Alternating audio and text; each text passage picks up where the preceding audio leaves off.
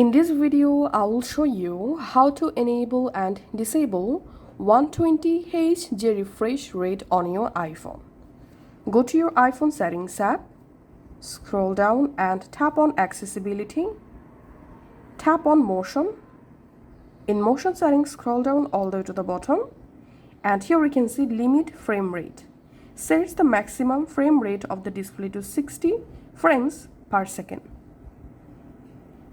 If you want to enable 120 refresh rate, then you must need to disable this option. And if you want to use your iPhone in 60 Hz refresh rate, then just enable this limit frame rate option.